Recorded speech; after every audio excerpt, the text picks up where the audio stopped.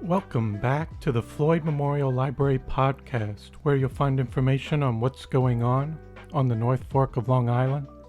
We'll be focusing on issues and opportunities going on in the community, as well as people and stories from the present and the past. I'm your host, Christopher Bianchi, and our guest today for episode 38 is Siobhan O'Neill. She's currently the Arts Programming Director at CAST, the Center for Advocacy, Support, and Transformation in Southold.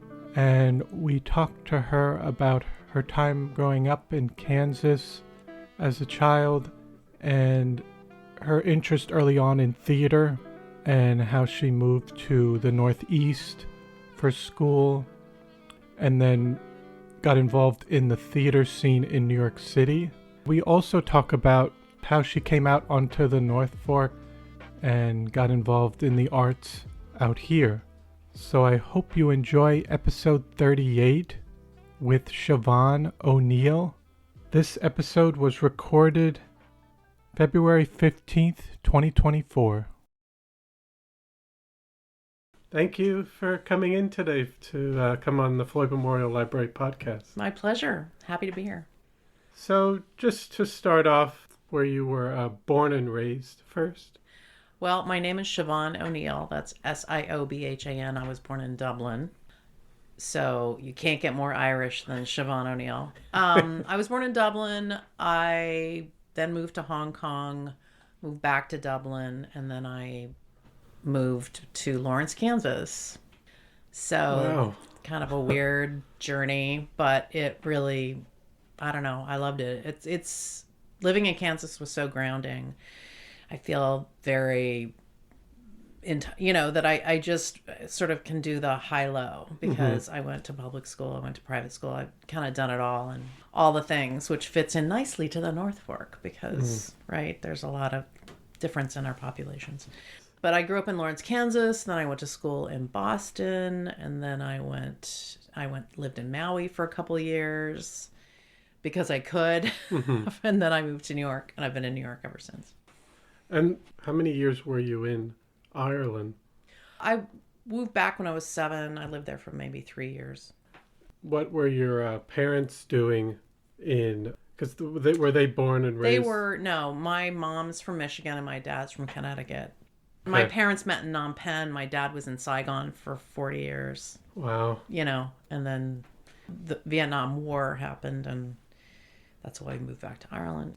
But they were splitting at the time. So my mom had gone to University of Kansas. Go ahead, Jayhawks and the Chiefs. So that's why when she was like, I'm out of here, she basically went home. And home for her was her parents were living in Lawrence, Kansas. And that's why I lived in Kansas. And I freaking loved it. So amazing. You grew up there mostly? Yep. And then I was like, I have to be in the theater. And I talked to my parents into letting me go to a boarding school that was a school of performing arts. So for my last 3 years of high school, I went to boarding school in Boston, Walnut Hills School of Performing Arts. Go Walnuts. It's still a happening school. In fact, we all joke, like, if we had to apply now, we'd never get in. It's so fancy. It's a very fancy school now. And that was something you were interested in kind of coming out of high school? Yes, I am one of those kids in grade school. I was like, I'm going to be an actor. And I was, I kind of but I've done many different things in the interim. And then I guess while you were a child or in high school, did you have a role model outside of your family that you could think of? For the arts or... I guess general. I was thinking in general, but if it was more, it could be more in the arts. That like you had inspiration that might have. Yeah, well, it's funny you ask that because I've always been like, I never had a mentor, blah blah blah. But I did just go back to this reunion in Lawrence, Kansas for our middle school. I'm one of those weird people that had an amazing middle school experience. We went to Central Junior High School in Lawrence, Kansas. We had the most amazing teachers. And we had this choir director who also like taught photography and probably did some English. And we had the coach who like directed all the school plays. It was bizarre. I look back on it now, I'm like, how did these people do all of these things so well? It's like really rare. We had an incredible class. We're all still friends. I went back, had this incredible reunion. So yeah, they were my inspiration. I was in the choir. I was in all the plays. I'd played cello.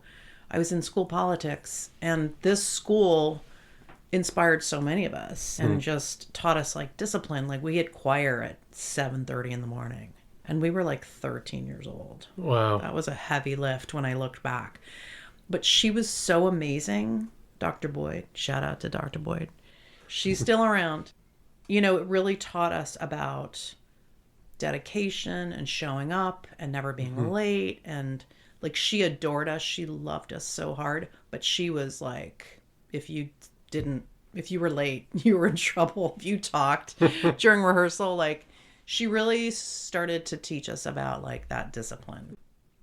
And what did you do in Lawrence, Kansas for fun outside of school? Well, I was a little kid from not America, so I kind of fell in love with A&W root beer. I went there a lot. I lived in one of these really charming old neighborhoods, and I ran over to my friends' houses and ate weird food, you know, like all this, it was all new to me. And I mean, it's a university town. So I remember going to see Pilobolus when I was like 12 years old because the university had all this incredible programming. Pilobolus, the famous dance company. Singers, I mean, we went to Naismith Hall to watch basketball games. We went to football games. I mean, it was a very all-American. Oh my gosh. Yes. I mean, it was 4th of July. It was really fun. I really, really liked it. And then, so you said you attended Walnut Hills School of Performing Arts. And you said that was a boarding school. Where was that located? Yeah, outside of Boston, Natick, Massachusetts. Yeah. So how was that jump from like Lawrence to... Dude, it was harrowing. I think I cried for a semester straight and really questioning my but I have some of my best friends are from those two periods of my life. It was wonderful. I really liked the structure. I loved the total immersion. I love, I mean, I think for the right kid, boarding school it's great. And honestly, I think having some separation from parents when you're a teenager is like not a bad idea. I think it's a good model if you can do it. I have 2 teens, so I speak out of experience. But it was very fulfilling. It was great. I really enjoyed it. I loved going home, back home, but it got me on the East Coast. It got me into another part of the States. My best friend's parents had a house in Martha's Vineyard. I ended up spending every single summer on Martha's Vineyard. And just getting to know Boston and the Cape was all new to me. I mean, I remember driving through New England and I was like, what's going on? All the towns are right next to each other. Because all I had known was Kansas. It's just where like there was just a open. massive expanse between, it was like, 30 minutes was like a short drive between towns. And then in New England, everything's like right next to each other. I remember, it's a weird memory, but I remember just thinking about the density. It was a completely different landscape. I continue to be amazed about the United States. Like, I know we're going through some stuff now, but, the city to city and just all of the incredible natural resources. I mean, that's part of what drew me to the North Fork. So you went to New York City. Was that in the 90s, you would say? And how would you describe New York City, the environment at that time? It was wild. It was exploding. It was so fun. I had a blast. I guess everyone romanticizes their time in New York, but I don't know. I just had a great time. I was in the theater. I was there when some of the theaters that are now sort of the OG indie theater world, like some of those people were just starting, and the International Fringe Festival was just starting. I'd gone to college with the guy that started that, John Clancy. And it was a very fertile, creative environment. I mean, I had a good time. And you were involved in a lot of the theater scene at that time. But did you become involved with the On the Road company theater? Oh, so yeah. I mean, I took a day job a few years in that I was just like, whatever. I just need to make money, and I'm not going to be I didn't want to be a waitress anymore. I had been doing, waiting tables and catering and stuff like that. So I had an opportunity, friend of a friend, and they were like, oh, they just need a receptionist. Well, it wasn't a receptionist. It was an assistant. And somehow I got the job, and it turned out to be an agent that had moved over to work with this booking agency for Broadway tours, which is a very niche. It's like the agency that is hired by the Broadway producer, but really works with performing arts centers all around the country to place those shows and to build a tour, right? I knew none of that. Somehow my boss, who I'm still really good friends with, miraculously, at the time I was hired, there was this little show called Rent that was being developed by my bosses, Jeffrey Seller and Kevin McCollum. It was like this downtown hit show, and they were moving into producing, and so they had hired my boss to run the booking agency, and it was like Rent mania because Jonathan Larson had just passed, and they were deciding to move to Broadway, and everyone thought they were out of their minds. Do you know this show? I know the show. I think any theater people out there, you know what I'm talking about. It was a whole thing. Everyone thought they were crazy. Why would you ever go uptown with the show? So I was in that office, and I worked for those guys through the opening of Rent and for the next couple of years, and it was electric. I mean, you're working in the office of the biggest show on Broadway, groundbreaking cover of Time magazine, like craziness. I got to go to the invited dress. I got to go to opening night. Wow. It was an incredible experience. So I was there as an assistant, and then my boss was like, actually, you're pretty good with the clients. How would you like to be an agent? And so I was like, okay. So I decided to accept that offer, and I was in the business for the next decade. So I've been on the board. I'm a founding member of Indie Space, which is a company that used to be called the League. Well, it started with the League of Independent Theaters, and then it was Indie Theater Fund, essentially the off-Broadway sphere, if you will, in New York City that is creating at that level, like 99-seat houses, like smaller venues. The idea was, let's raise a bunch of money and just give it away to these indie theater artists, a lot of whom had chosen to not progress uptown and make them more money. They were like, this is where we want to be. We find it more creative, more fulfilling. From that, we have grown into a much, much bigger organization.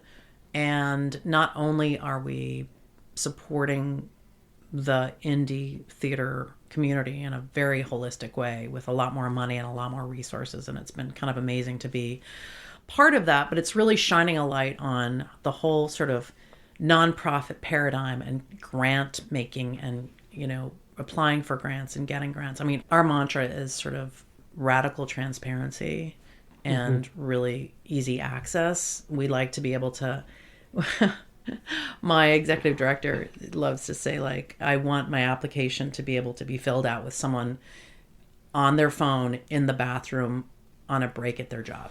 Yes. I mean, you cannot get an easier process than that.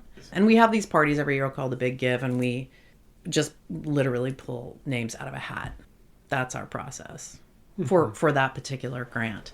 So if your name gets pulled, if your theater company or your name gets pulled out of the hat, you go home with a check that night. Like, we're like, come on, let's pay the artists and let's get the money to them immediately. Not all these hurdles. All these hurdles, not this huge 20-page application, right? So we're trying to like push up against some of those paradigms. And I really have learned so much because I'm on this incredible board with amazing colleagues. And, it's really fostered something in me, and sort of watching this tide change and people starting to speak out about, hey, this system, and going through COVID and watching people really suffer, I think ignited a lot of energy around like, how can we serve our artists more deeply and more quickly and more holistically. And I think there's a lot of wonderful foundations and grantors out there who are listening. That's been really rewarding work. And I think that's something that you will see kind of a lot more, hopefully, press around and energy around theater makers and art makers and how to sort of support the arts in a bigger way. Yeah, that seems like another way of supporting artists that's not coming from more the corporatization of Broadway theater. So I think that's definitely a good thing. And then you were also a co-founder of For the Record Live. Yeah. How did that get started? Well, I was doing my agent job and starting to start a family. I moved out of the agent job, had 2 kids. I actually did I was at NYU studying nonprofit and fundraising. In the meantime, I was always sort of producing little things along the way. And I started producing some stuff. So we started a company. It's called For the Record Live. It's still happening. I am no longer involved with the day-to-day, but it was an incredible journey, and the work was beautiful shows. We did cruise ships, we did Vegas, we did tours, we did New York and LA. These were very unique, exceptional shows that based on the movie music of different directors. I don't think there's anyone out there kind of doing what we were doing and what they're continuing to do. It was really exciting work and very rewarding, and I had a wonderful time. And it's not like your typical Broadway show. No. When you were starting it up, what did you bring that was different from kind of the typical Broadway production? Well, I mean, the cool thing about For the Record is that it was a series of shows with kind of a similar paradigm, which is you tell a story using one director as your guiding light, and you create a show. And like when you watch a movie and the actors are talking, there's music. Sometimes there's like the Rolling Stones playing in the background, or some cool song that sort of makes the action more dramatic. The idea was to like push the music into the forefront. So you have actors and singers singing the songs as a way to tell the story, a la musicals, right? And then mashing up the different films of one particular director and sort of weaving that together. So it's a completely unique product, but it's not like a narrative, like a musical with a beginning, middle, and end that's one single story. You're telling multiple stories from the different movies of that director. And then you have 4 or 5 different shows that were kind of that similar paradigm. So you had a band on stage, generally. You had a company of actors, and they're all sort of playing multiple roles. And you had incredible singing. And it's just a very unique, pretty amazing experience, much more experiential. We were doing experiential before it was like a thing. Immersive was something that For the Record did quite well. And to kind of change topics a little bit, you were living in New York.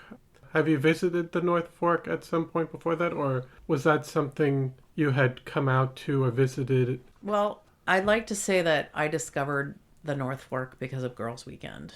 So I was part of an amazing little group of girls, and we would get together every single year for many, many, many, many years. And at one point, we came to Greenport, and everyone kind of lived in different places. So, take the ferry, fly into JFK, drive out, take the ferry, whatever.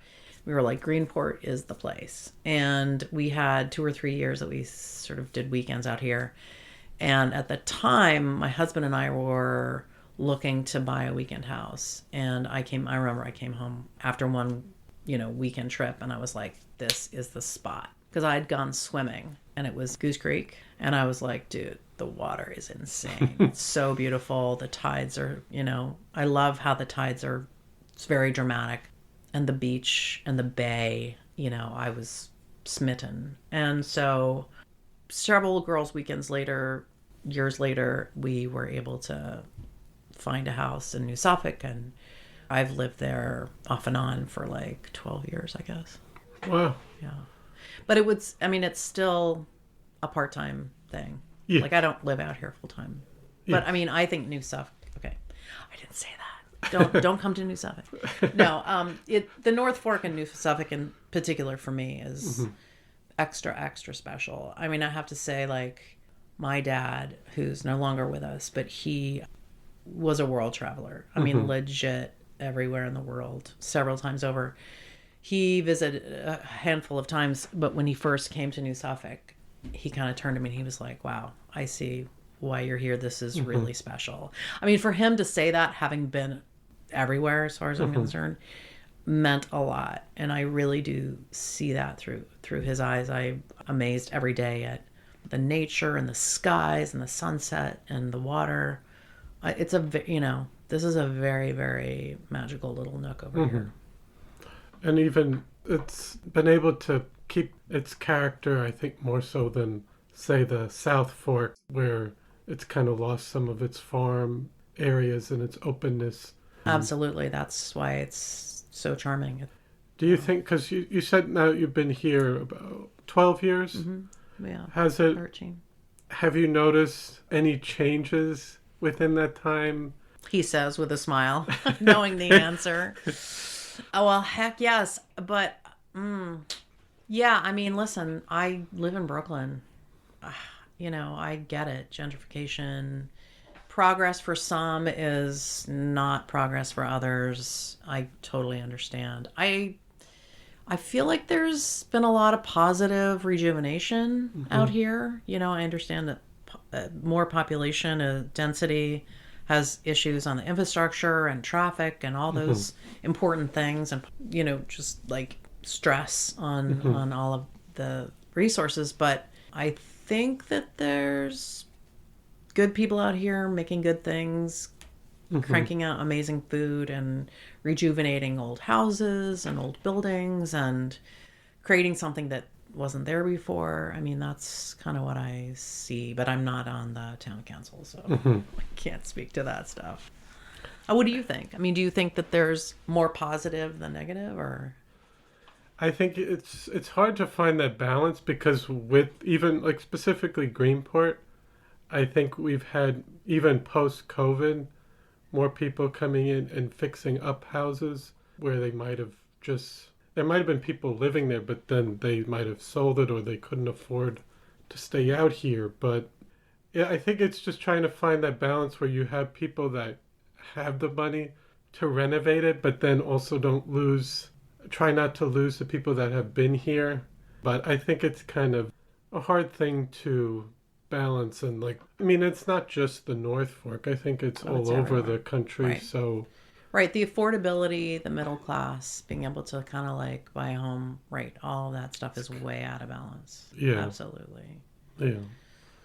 But how did you get involved with CAST? Well, I had been living here for a while and had been volunteering there for about 5 years, off and on, not like every day, but I really enjoyed volunteering there, and I got to know Kathy Demerado. I think she had just started when I was starting to volunteer, and they were running it out of that little house up the road in Greenport. And I kind of knew that they had been trying to expand. Obviously they needed to expand. That house and the property was quite small, and the population they were serving was just getting bigger and bigger and bigger. And she saw the writing on the wall, and Kathy started fundraising, and then the building that we're in now, which is the old church in Southold, had been decommissioned, right? And then that opera company, are you familiar with that part of the history? No. There was an opera company that had purchased the building and renovated it because they were going to do opera there. And I guess they were living there as well. And sadly, because of COVID, they just were not able to continue. It was pretty heartbreaking. But the property became available, and CAST was able to purchase it because they had been working on this for a long time. And the capital campaign and everything was so stellar. So cast had just moved in November of, gosh, was it 21? Yes, 21. And I was dropping off donations, as we do. Not looking my best, I will say. And Kathy's like, hey, how's it going? Let me give you a tour. And I was like, okay.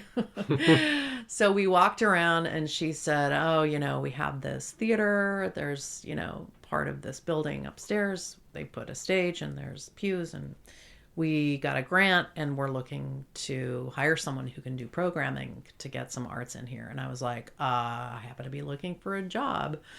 So I applied, and gratefully I got the job and started programming in February of 22. And it's been really fun. It's a very, arts and culture for cast is just a small part of the huge, amazing job that they do for the community. Mm-hmm. But I think it's really welcome. I know that we're the only lights on a Saturday night in Southold.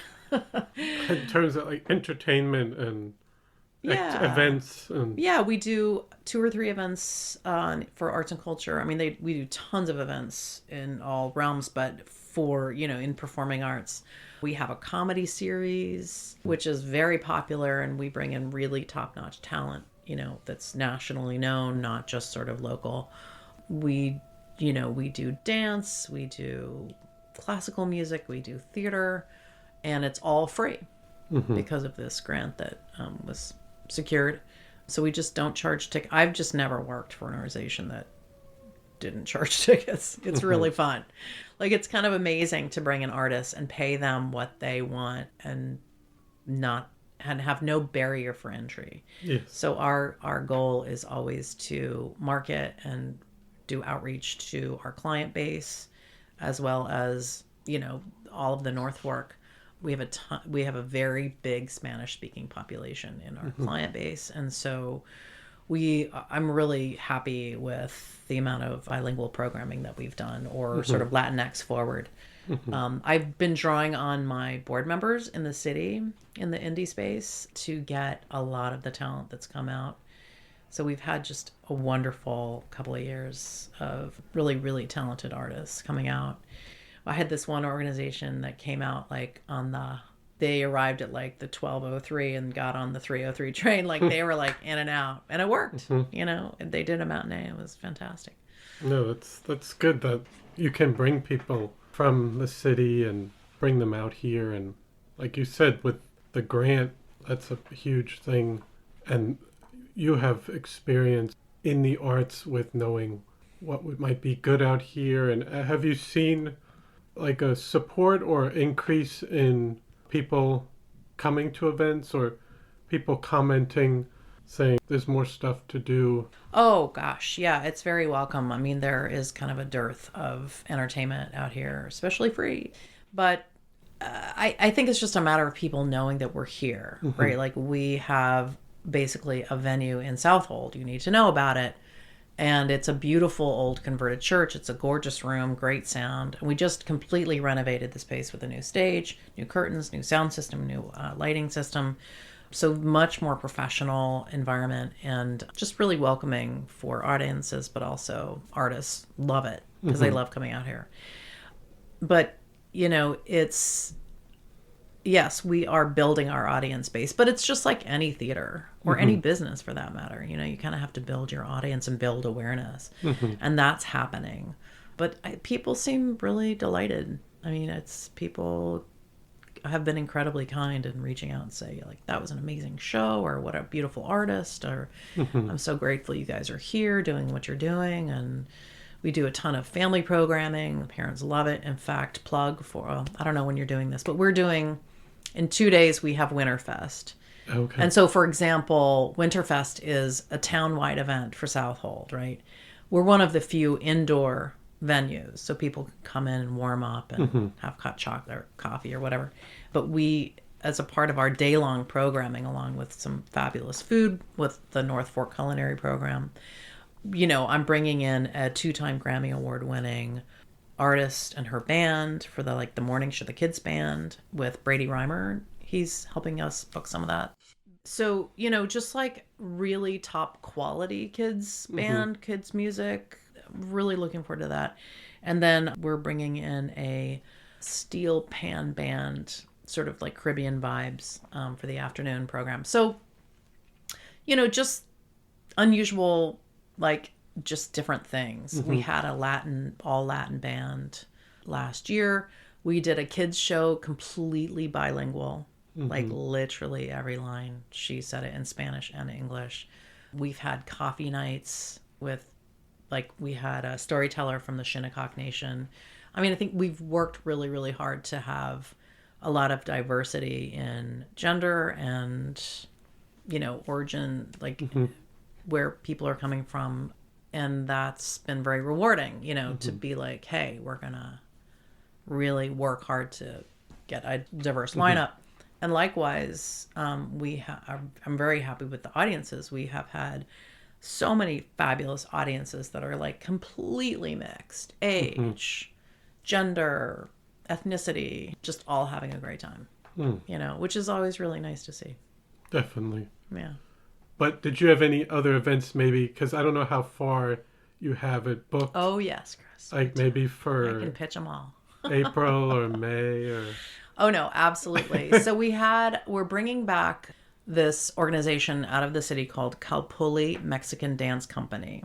Again, I was turned on to them by a colleague. They came in December and did a show called Navidad, which was a massive hit. Like, everyone just went bananas. It was so good. It's a dance show they had 3 live musicians and like 9 dancers and these fabulous costumes. But there was a Q&A after that was completely bilingual, and the company is completely Spanish speaking. And they talked about their connection to where their parents came from, or if they were not born in the States, where they came from. And everything was translated in English and Spanish. And so that was a huge hit. We're bringing them back in May. They have a Cinco de Mayo show, sort of about the origins of Cinco de Mayo. So we're bringing them in May. We're also talking to the Harlem Chamber Players. So Woodwind Quartet coming in from Harlem, which is pretty cool. And we also are looking at working with Asbury Shorts Film Festival, which is Long Island origins, but they do evenings of short films all over the country. I mean, they've been doing it for decades, and they really want to do it at our new venue, and came in and did a whole site visit. So we're going to have a little shorts evening, film shorts. And yeah, that's just what I can talk like. That's a little tip of the iceberg. Bit. Nice. And I had another question just about North Fork and the arts. Have you noticed that the North Fork Arts Center here I guess they're still renovating. And that's another thing, that the building was preserved. It was a movie theater, and I think there's been talk, but I don't think, nothing confirmed, but like, the auditorium building where the furniture store is, that people have talked about, that would be great as another arts space. But what do you think of some of these projects kind of with bringing more arts to the North Fork? Because some things, whether they have closed or there's always been some more theaters and movie theaters on the South Fork, but it seems like we're starting to get more of a spotlight or focus on bringing more arts to the North Fork. Yeah. I mean, I think it's incredible, and I would love to see both of those projects really come to fruition. I mean, I love what they're doing at the North Fork Arts Center.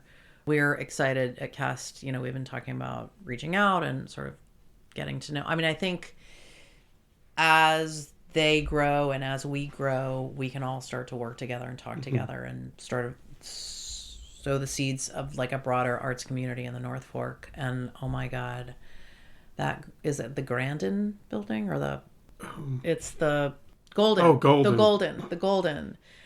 Do you know how many times I've walked in there with friends from out of town who haven't been to the North Fork, pretending like I'm buying furniture? Because I'm like, guys, look at this room. Holy smokes. Please, nobody buy it and like turn it into condos. Yeah. That building is stunning. I could do so much with that. Like cabaret, performances, VIP. I mean, that building is just a piece of history. That entryway with the cupola and the little circular portico. Oh my God. Absolutely.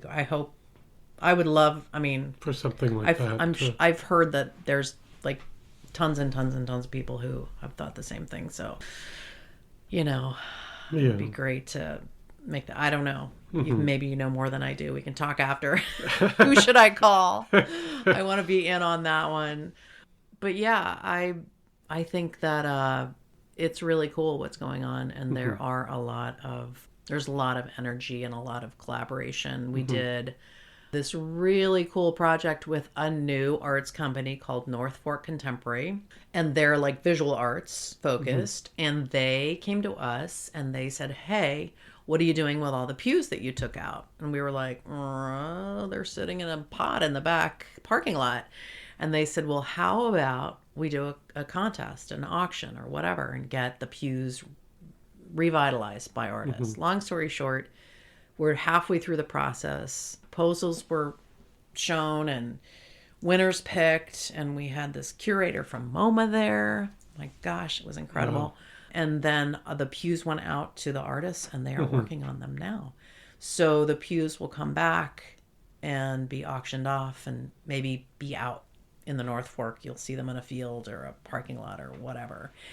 Point being, they're a new organization. They're already partnering with us and a lot of others. I mean, yeah, I think there's a lot of energy that is happening and a lot of collaboration. I mean, this whole North Fork, it's so collaborative. I mean, I don't know about you, but I've talked to a lot of business owners who they help each other out. They seem incredibly friendly and not competitive, and sort of we're all in this together, which is rare. Right? Yes. And I feel like that's already happening in the arts sector.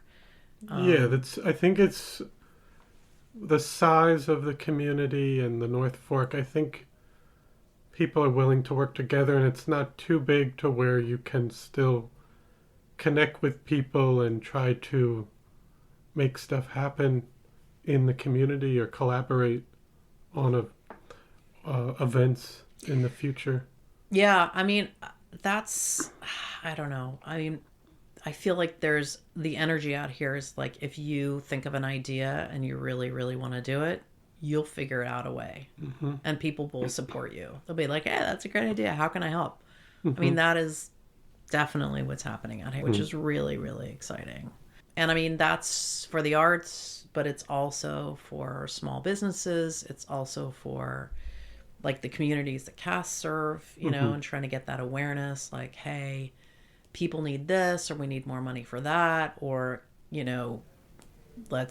all of the sort of affordable housing initiatives, and just recognizing that the entire economy needs all these populations. I mean, you have to have people that, you know what I'm saying? Yeah. Like, you need waiters and you need staff, and you need people who want those jobs and need those jobs and are able to afford to live nearby and get to the jobs. And we all need every level. I mean, that's, I think, a big, big issue. If the economy is going to grow and we want to be successful, we kind of have to look at the whole picture, and including artists, and how are they going to afford to make art if they can't afford rents? I mean, it's right, like, it's across the board. Yeah, it's a tough thing, and I know that it's been an issue on the North Fork, and whether it's affordable housing, public housing, workforce housing, even artist resident type of housing. I mean, I think it's definitely a tough thing, and I'm sure it's as you see it in the city too, and people probably keep moving out further from sections of Brooklyn, from Bushwick to further out. Well, I think you just need to pay your artists, and maybe pay your artists, and also just create a culture where people get a living wage, like, don't fight that, Amazon. Like, let's look at the holistic picture. I mean, everybody what's good for you is good for me. Like if you're thriving, my world's going to be better, right? It just seems logical to me. Yeah, definitely. And then what do you hope for the future of North Fork and the community down the line?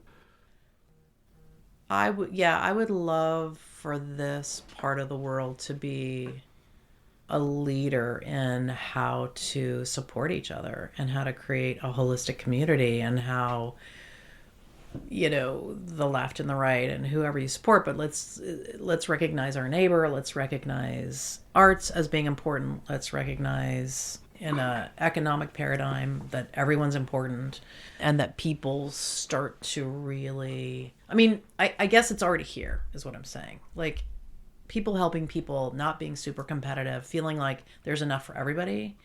That doesn't happen in a lot of parts of the world, right? That's already there. So I'd love to see that expanded upon, as you said, with arts organizations, vendors, business owners, even the local government, right? Like, they're working really, really hard to find consensus on some of these big, big issues. And really make it work. Knock it out of the park, and then the rest of the state or the country will be like, hey, look at what they're doing. We can work together. We can figure this out. And everyone thrives. Everyone benefits. And in a place that is really beautiful, and like Mother Nature is kind of the stars. We didn't even talk about all of that. But the reason the North Fork is the North Fork, as far as I'm concerned, is because of where it's at. It's this peninsula. It's this incredible, incredible spot on the map that's exceptionally beautiful. I walk around every day. I walk around New Suffolk, and I just realized a few years ago, I was like, this will never get old. Like, literally the same roads every day. And it's so exceptionally beautiful and changeable. And that, I think, inspires, right? And I think, I don't know, not to be corny, but it kind of inspires us to do better, be better. Definitely. Definitely. So I want to thank you so much for coming on the podcast today. And I want to also thank you for your involvement in the community with bringing arts and culture to the area. So thank you. Thank you for having me, and thank you for all this work that you do. This is pretty cool what you're doing. Thanks for having me. Well, I hope you enjoyed episode 38 with Siobhan O'Neill. I want to thank you for listening to the Floyd Memorial Library podcast. We'll see you next time.